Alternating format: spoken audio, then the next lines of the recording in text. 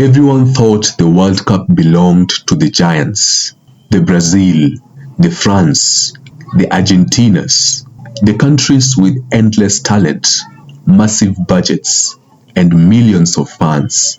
But something is happening at this World Cup that nobody can ignore, and it might change the way people think about success forever. Because while the football world was busy watching the favorites, the smallest nations started writing their own story. At first, nobody paid attention. Why would they?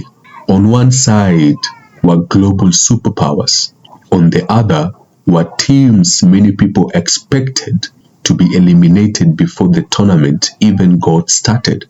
The gap looked impossible, but that's where the story takes a turn.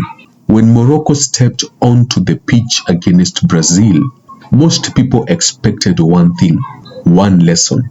Instead, Brazil got one. Every tackle became a statement. Every pass carried belief. And when the final whistle blew, the world realized something uncomfortable. Reputation doesn't score goals. Players do. But that wasn't the biggest surprise. Because while the giants were trying to protect their status, smaller nations were playing with something far more dangerous. Nothing to lose. And that's when impossible things started becoming possible. Suddenly, fans who had spent years hoping were now dreaming. Commentators who barely mentioned these teams were forced to talk about them. The world started paying attention, not because they were supposed to win, because they refused to accept they couldn't. And here's the part most people miss. This story isn't really about football. It is about every person who has ever been told they are too small, too unknown, too late, too far behind. The World Cup keeps proving the same lesson over and over again.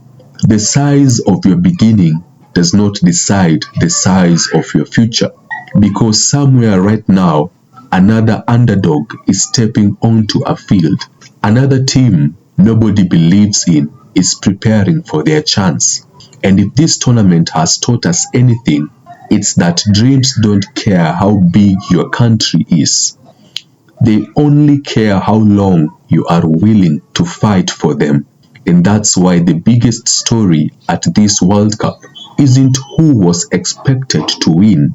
It is who dared to believe they could.